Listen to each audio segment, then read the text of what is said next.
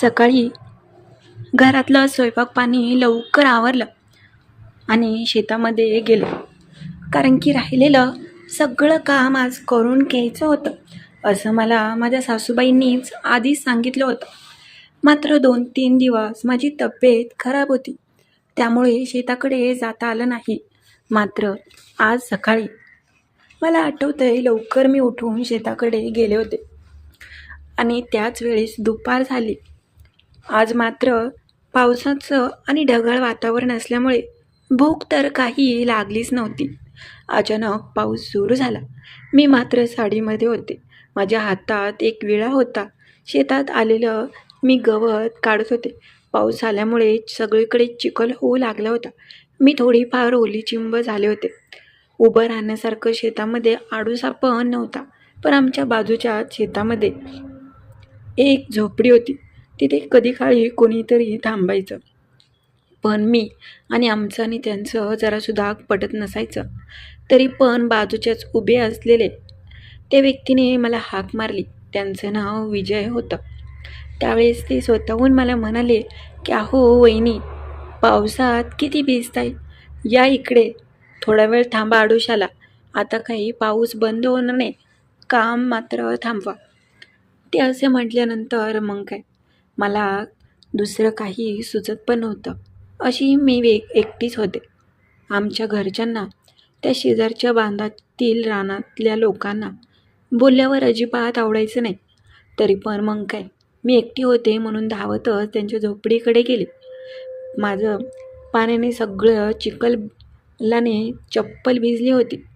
सगळ्या चपलीमध्ये चिखल झाला होता. तशी पण जड पावलाने मी गेले.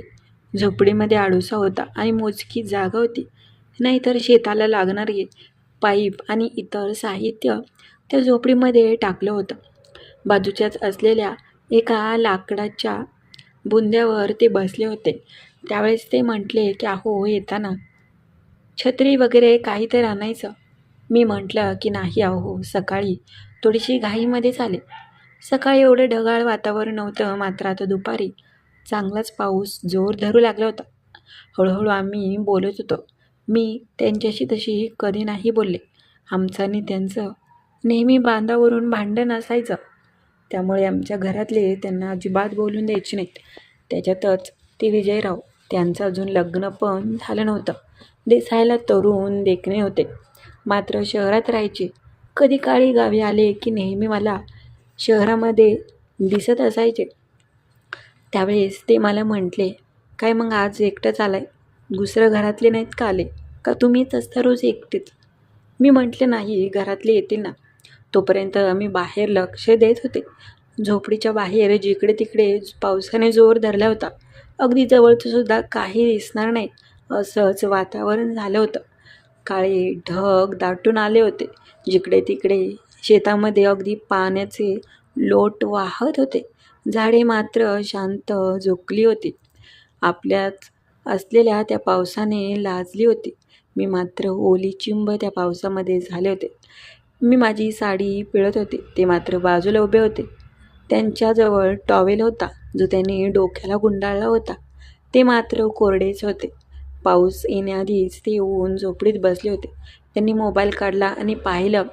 त्यावेळेस ते म्हटले, "आता तर 2-2.5 फक्त झाले." तोपर्यंत पावसाने चांगला जोर धरला की. मी म्हटलं, "हो."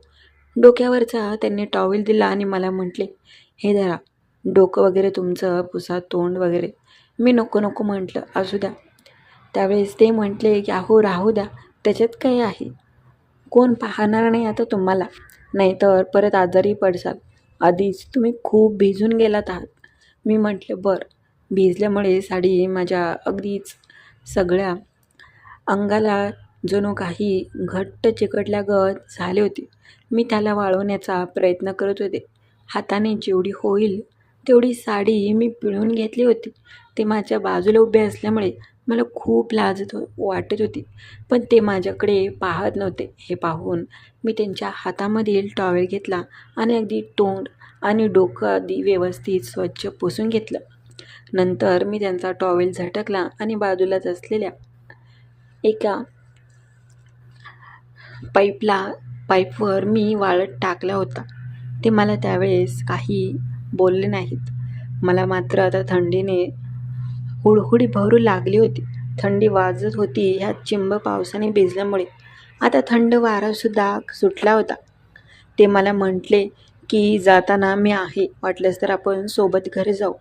मी म्हटलं की हो, पण मला ह्याची भीती वाटत होती. माझ्या सासूबाईंनी किंवा घरातल्या कोणी लोकांनी मला ह्यांच्यासोबत इथे पाहिलं तर ते वेगळाच विचार करतील. मनात मात्र 100 प्रश्न येत होते.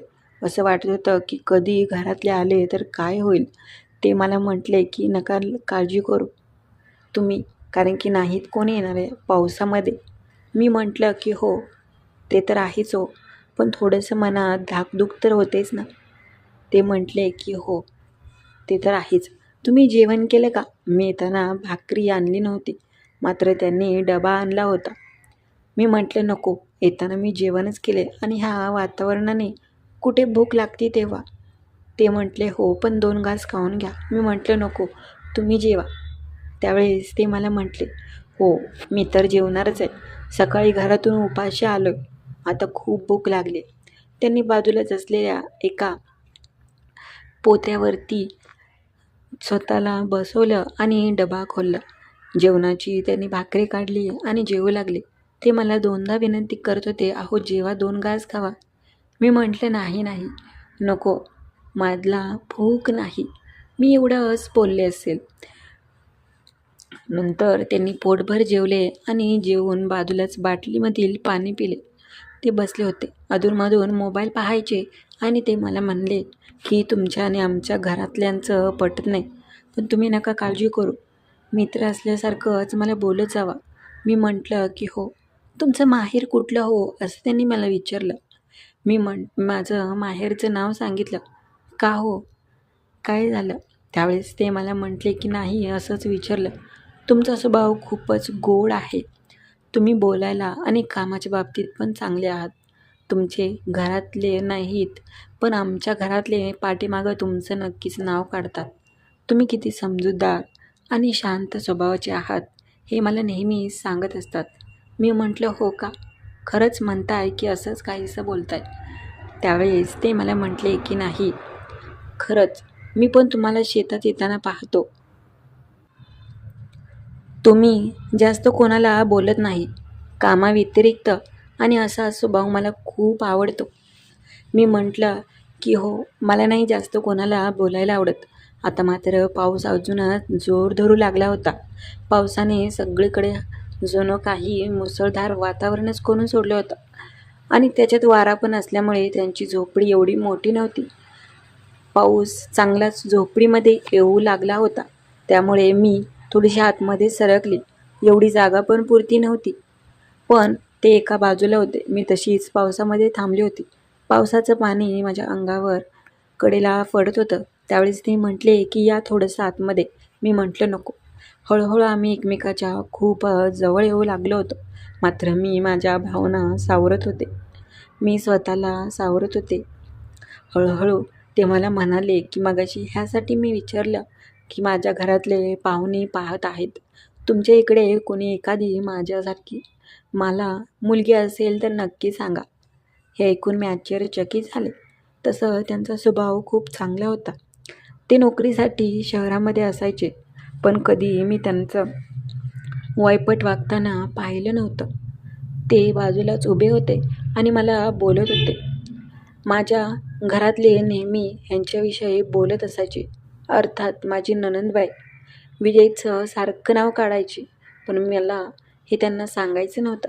माझी नणंद पण दिसाय देखणी होती, पण एकतर्फी माझ्या नणंदचं विजयवर चांगलंच प्रेम होतं. मी म्हटलं की असे कोणीतरी सांगे ना. त्यावेळेस ते म्हटले की हो सांगा, कारण की तुम्ही एवढे चांगले आहेत म्हटलं, तुमच्या गावाकडच्या व्यक्ती पण खूप चांगले असतील. मी म्हटलं हो. त्यांनी माझी चांगली स्तुती केली होती. त्यांचे हे शब्द ऐकून मला खूपच बरं वाटलं. आम्ही खूप वेळ सहज मनमोकळेपणाने बोलत होतो. मात्र आता मी पण चांगली वाळून गेली होती. 2-3 तास पाऊस होता. आता मात्र शांत झाली होती. आता दिवस पण मावळतीला आला होता. त्यामुळे ते म्हटले की आज तर काही काम नाही झालं. आता उद्याच शेतामध्ये यावं लागेल. तुम्ही येणार आहात का? मी म्हटलं, हो, मी शेतामध्ये उद्या तर असणारच. अहो, मी रोजच असते, असं मी म्हटलं. त्यावेळेस ते मला म्हटले की चला, आता पाऊस कुठेतरी उघडलेला दिसत आहे. नंतर पाऊस खूप येईल. आत्ताच्या आत्ता घरी गेलो तर बरं होईल. मी म्हटलं की हो, तुम्ही जावा, मी येते चालत. त्यावेळेस ते मला म्हटले, का हो, माझ्या गाडीवर यायचं नाही? मी म्हटलं की याला काही मला प्रॉब्लेम नाही, पण गावातले लोक आणि माझ्या घरचे माहीत आहेत तुम्हाला. एकाचं दोन करणार आणि वेगळी चर्चा होणार आणि ते मला नको आहे. त्यावेळेस ते म्हटले की बरं ठीक आहे, तुमची जशी इच्छा, पण उद्या नक्की या हां, असं त्यांनी ठणकावून मला म्हटले. मी म्हटलं हो, तुम्ही नका काळजी करू, मी उद्या नक्की येईन, असं म्हटले आणि ते गाडी त्यांनी त्या असलेल्या झोपडीमधून बाहेर काढली आणि नंतर ते जाऊ लागले. बांधाने सगळा चिखल होता, मात्र त्याच्यातून वाट काढून त्यांनी कच्च्या रस्त्यावरून घरी गेले. मी मात्र माझं आवरलं आणि व्यवस्थित साडी वगैरे केली. नंतर घराकडे पाऊल उचलण्यासाठी जाऊ लागले. माझी चप्पल घसरत होती. बांधाने सगळा चिखलच होता. पाणी जिकडे तिकडे झालं होतं. जोरदार पाऊस झाल्यामुळे बांधांच्या पाटांनी आणि किंवा बांधाच्या सरीमध्ये जिकडे तिकडे पाणीच पाणी झालं होतं. मी मात्र शेंगा तोडत होते घेवड्याच्या. अगदीच आजच्या भाजीपुरत्याच झाल्या आणि नंतर घेऊन मी घराकडे येऊ लागले. घरी आले, स्वयंपाक पाणी वगैरे सगळं झालं. जेवण वगैरे झालं आणि संध्याकाळी अशी झोपच लागत नव्हती. काय माहीत तो शेजारचा विजय माझ्या डोळ्यासमोर काय येत होता ते मला समजत नव्हतं. दंदाकट दिप्पड. आज मात्र रात्री मला झोपच लागली नाही. त्याचा मंजूळ आणि चांगल्या स्वभावामुळे कदाचित मला असं झालं तर नसेल ना, असाच मी विचार करत होते. खरंच त्याचा स्वभाव खूपच चांगला होता आणि बोलण्याची पद्धत समोरच्याला खूप चांगली आहे. नाहीतर एवढं मन भरून त्यांनी मला बोललेच नाही. नुसतं वहिनी वहिनी करून त्यांनी किती गप्पा मारल्या असतील. मी नंतर जास्त विचार केला नाही. नंतर मी झोपी गेले. सकाळी घरातील लवकरच आवरलं. सगळा स्वयंपाक पाणी लवकरच उरकला होता आणि त्यामुळे मी शेताकडे निघाले. आज मी एकटी नव्हते, तर माझ्या सासूबाई पण माझ्यासोबत येणार होत्या. त्यामुळे मला आणि त्यांना काही बोलता पण येत नव्हतं. आम्ही शेतामध्ये आलो. सासूबाईंनी थोडंफार काम केलं आणि लगेच म्हटल्या की मला बाई दम नाही निघत आता या पावसा पाण्याचं, माझी मी जाते घरी. मी म्हटलं, आहोत आत्या, थांबा ना थोड्या वेळ. त्यावेळेस त्या मला म्हटल्या, नको गो बाई, आधीच मला सहन नाही होत, सर्दी पडसे तर माझी मी जाते पुढं, तू ये, असं म्हणून त्यांनी आम्ही घेवड्याच्या शेंगा तोडा आणलेलं बकेट माझ्याकडे दिलं आणि त्या तडकन निघून गेल्या. मी मात्र एकटीच थांबले होते. आज मात्र ते विजय कुठेच दिसत नव्हते. त्यांच्यापेक्षा मला जास्त त्यांची आतुरता निर्माण झाली होती. असं का होत होतं ते मला समजत नव्हतं. मात्र थोड्या वेळाने मी लांबून पाहिलं तर गाडीचा आवाज माझ्या कानी पडला. तशी मी नजर फिरवली. लांबून काही मला दिसत नव्हतं, पण आमच्या शेताकडे येणाऱ्या रस्त्या त्या बाजूच्याच असलेल्या मकाच्या शेताच्या आडून गाडी दिसली आणि मी पाहिलं की टी-शर्टमधून तो विजयच होता, तरणा आणि देखणा. तो त्याची गाडी घेऊन आला आणि सरळ त्याच्या झोपडीमध्ये गाडी लावली होती. मला पाहताच तो लांबून हसला आणि काही बोलला नाही. कदाचित जाताना त्याला माझ्या सासूबाईही दिसल्या असतील, त्यामुळे मी पण काही बोलले नाही. हळूच मी कारण काढत पावसाचं त्याच्या जवळ गेले आणि म्हटलं, काय हो, आज यायला खूपच उशीर झाला. त्यावेळेस ते म्हटले की हो, झालं असंच, पण नंतर आठवलं की तुम्ही पण आला असाल. असाही काल शेतामध्ये रिकामाच वेळ गेला, म्हणून म्हटलं की आज बघावं काय चाललंय. असं ते मला म्हटल्यानंतर माझ्या मनी खूपच कुतूहल दाटून आलं होतं. मला पण त्यांचं हे बोलणं खूपच आवडलं होतं. हे मात्र माझ्या मनाने मी पक्कं केलं. नंतर आम्ही बोलत थांबलो. आज मी त्यांना जेवण स्वतःहून आणलं होतं. आम्ही दोघांनी स्वतःहून जेवण केलं आणि मग काय खूप वेळ आम्ही बोलत बसलो. त्यावेळेस नकळत ते मला म्हटले की तुम्हाला एक बोलू का? माझ्या मनात मात्र वेगळेच विचार येऊ लागले होते. इतक्या लवकर आणि ह्यांना मला काय म्हणायचं आहे. माझ्या मनातील तर ह्यांनी ओळखलं नसेल. त्यावेळेस ते मला म्हटले की ह्या वातावरणात तुम्ही सोबत असताना म्हणजे एखादी व्यक्ती अशी सोबत असली की खूप बरं वाटतं. मी म्हटलं हो मला पण ना. आमचे विचार तर चांगलेच जमत आले होते. त्यावेळेस बोलता बोलता ते म्हटले की खरंच तुमचं मन खूप चांगलं आहे. मी म्हटलं का हो.